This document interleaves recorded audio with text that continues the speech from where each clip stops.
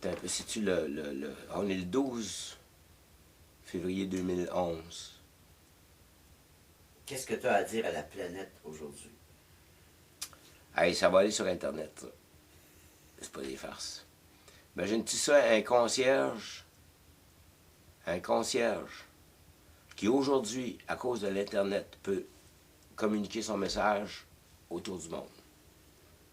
C'est fantastique. Puis là, moi, mais tu connais mon défi. Tu connais mon défi, hein? Moi, ça fait 8 ans que je suis concierge, là. Ça a fait 8 ans le 18 décembre qui vient de passer. Puis, comme tu sais, c'était pas vraiment mon plan de carrière, ça, d'être concierge. Mais là, le défi que je me suis donné à relever, c'est de changer ma vie. Changer ma vie parce que je sais que je peux faire autre chose que ça. Voyons donc. Pour moi, ce que j'imagine, c'est la question du talent gaspillé, vois-tu. Je me suis retrouvé obligatoirement dans une position de concierge parce qu'il fallait faire fonctionner la maison. Il fallait faire fonctionner la cabane. C'est sûr, il ne faut pas lâcher la cabane. C'est la famille, c'est le support, c'est ces affaires-là. Mais au fond de moi-même, je me suis toujours dit aussi, voyons, je peux faire plus que ça. Je peux faire plus. D'ailleurs, j'ai déjà fait plus que ça. Mais moi, mon plan de carrière, la manière que ça s'est passé, hein, tu le sais, je veux dire, ça a parti comme ça. Puis ça a fait ça, ça a piqué du nez. OK. Puis moi, je pensais que j'étais au début de ma carrière quand j'avais 20 ans, mais ce que je savais pas dans ce temps-là, j'étais déjà au sommet de ma carrière, je le savais pas. Tout ce qui était pour venir après, c'était pour descendre. Mais ce qui est arrivé, c'est que dans ce temps-là, écoute bien ça, écoute bien, dans ce temps-là, là, je me demandais, écoute, en fin de semaine, là, je me demandais, je veux faire un monologue, mais qu'est-ce que je vais faire comme monologue? Le défi, c'est de changer ma vie. Puis, parce que tu me dis, t'as-tu considéré être un artiste? Ben là, franchement, là, quand ça s'est arrivé, là, je me suis dit, c'est à peu près le pire choix que je peux pas faire dans la vie d'être un artiste. Pour changer ma vie, pour être économiquement plus indépendant. Moi, mon problème, c'est qu'il me manquait d'argent, vois-tu. Je travaille fort, j'ai trop travaillé fort. Puis on dirait, plus je travaille fort, moi j'ai l'argent. Moi, je faisais ça pour honorer ma femme, parce que, regarde, je reprends mon histoire il y a 35 ans passés. Quand j'avais 20 ans, les affaires allaient bien, moi j'étais chansonnier dans le Vieux-Montréal. Puis j'avais du fun à mort, puis je rencontrais plein de monde, c'était le party tout le temps. Mais ce qui est arrivé, c'est que j'étais aussi un tricheur dans ce temps-là. Puis à un moment donné, à cause de ça, la somme des tricheries m'a amené à penser que je pourrais changer de vie. Puis dans ce temps-là, je me suis dit, je pourrais changer de vie comment? Comment? Moi, j'aimerais ça, mon rêve, ce serait quoi? Ce serait de rencontrer la femme de ma vie. Une femme qui m'aime. Puis avec qui je suis capable de ne pas tricher. Ça, c'était mon rêve dans le temps. Puis là, comme c'est la fin de semaine de la Saint-Valentin, je me disais, qu'est-ce que je pourrais faire pour honorer la femme qui s'est trouvée sur mon chemin, puis qui a accepté de me prendre petit moi pour la vie, comme son histoire d'amour. Enfin, je me suis dit, ce que je vais faire en fin de semaine, je vais honorer cette belle histoire-là qui est venue me chercher, moi, quand j'avais besoin. Puis je ne le savais pas dans ce temps-là. Mais j'étais prête. J'étais prête. Je me suis dit, je veux mieux que ça. J'arrête de tricher. Je me rends disponible pour d'autres choses. Puis, je ne savais pas d'où ça viendrait, mais tout d'un coup, elle est apparue là, en haut des marches d'un escalier roulant, au magasin. Chez Eaton, je me rappelle. Une journée, puis elle me dit, « Ah, tu chantais dans le Vieux-Montréal, toi. » Vois-tu, elle m'avait connu, moi je l'avais pas connue, mais je l'avais reconnue, puis je l'avais vue. Bon. C'est simple de même. Mais la grande histoire, c'est qu'à ce moment-là, imagine-toi, je suis tombé en amour instantanément. Hein? J'avais l'impression que c'était la réponse à ma prière. Cette femme-là, que j'ai vue cette journée-là. Écoute bien ce qui s'est passé. On a passé à ce moment-là quelques belles journées à se rencontrer, puis à jaser, et puis à aller dans le Vieux-Montréal, puis à vivre des belles émotions à ce moment-là. Mais imagine-toi, j'ai commencé à me sentir que cette femme-là était trop bonne pour moi, que je n'étais pas encore vraiment assez prête, que je shakeais dans mes bottines, puis que je n'étais pas sûr d'être assez droite pour mériter ça. Fait que là, je me suis dit, au bout de ces 2 semaines-là, je me suis dit, ah, écoute, faut que je fasse du ménage dans mes affaires. Faut que je fasse du ménage dans mes affaires. J'ai encore des affaires à régler. Je lui ai dit, regarde bien. Je lui ai dit, pour une fois dans ma vie, je vais être honnête. J'ai envie de cette histoire d'amour-là. Mais je suis pas sûr que je suis capable de relever le défi aujourd'hui. Fait que j'ai dit, gars, j'aime autant te le dire, si jamais on est dû pour être ensemble, ce sera plus tard. On s'est séparés là. Pendant 4 ans, j'ai fait d'autres choses.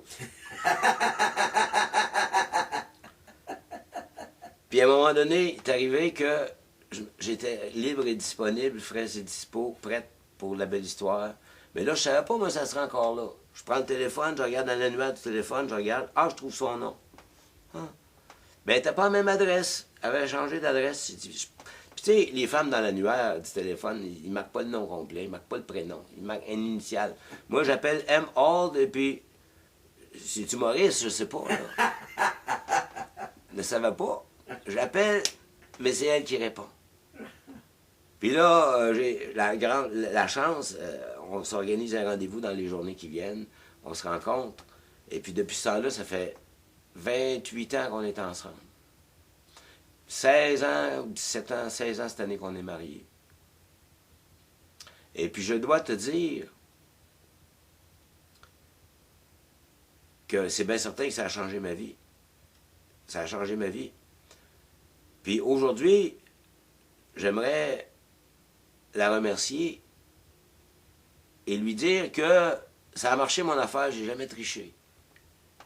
En 28 ans. Pour un gars comme moi, c'était un miracle. C'est un miracle. J'ai jamais triché. J'ai jamais eu envie de tricher non plus. C'est ça la beauté, c'est qu'à un moment donné, on ne sait pas, c'est arrivé. L'amour, c'est fort, hein? L'amour, c'est fort. Et puis, cette femme-là, c'est un ange du ciel, vois-tu. Elle est arrivée, elle, pure, avec... pure, et puis simple, et créatrice, et impressionnante, et magique, et parfaite. Et ça m'a été donné à moi, un gars qui vois-tu, moi... Puis regarde ce qui s'est passé. Dans ce temps-là, elle m'a connu, hein, j'étais dans mes belles années, puis après ça, regarde, mon affaire s'est mis à descendre. Hein, ça s'est mis à descendre. Je suis devenu représentant pour les compagnies, hein, à commission, c'est-à-dire que tu ne fais pas d'argent jamais. Hein, tu payes pour travailler, hein.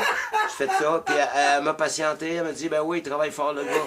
Elle m'a encouragé, puis tout ça. Puis là, j'ai commencé à rêver qu'il fallait que je change encore ma vie.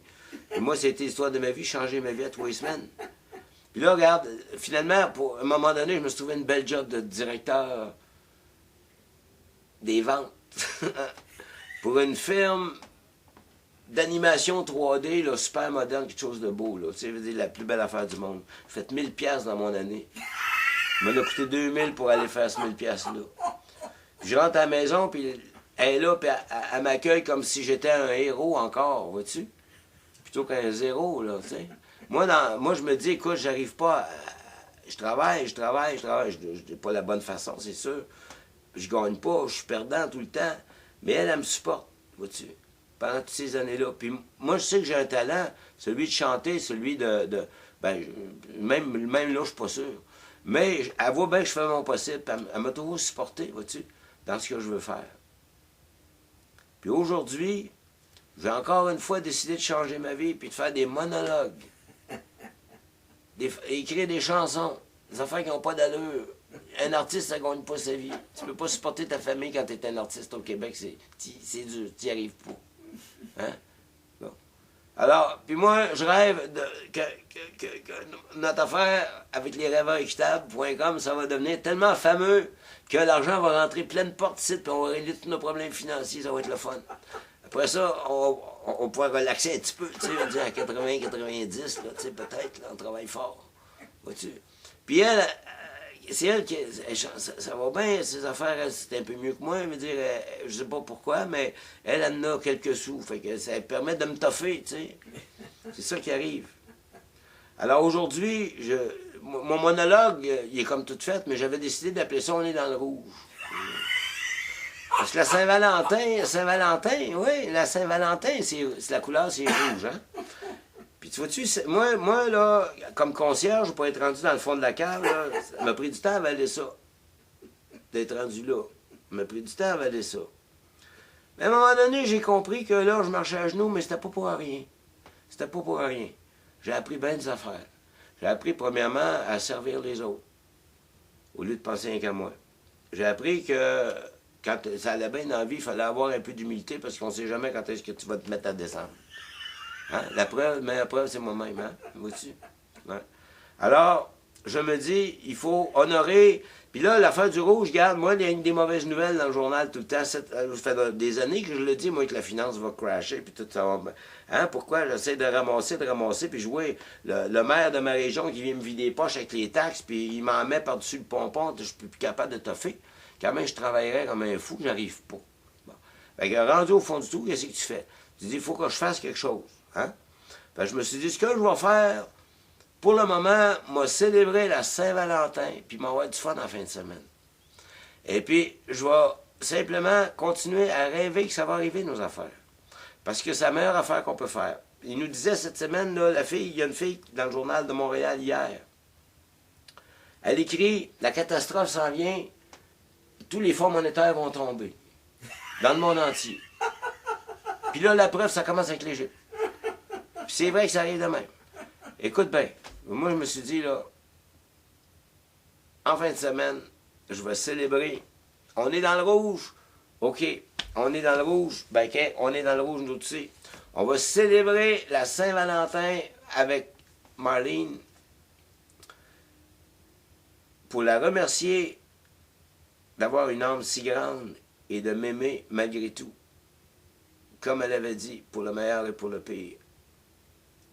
Alors je lève mon verre à la charmante Marlene et puis me fait plaisir de lui offrir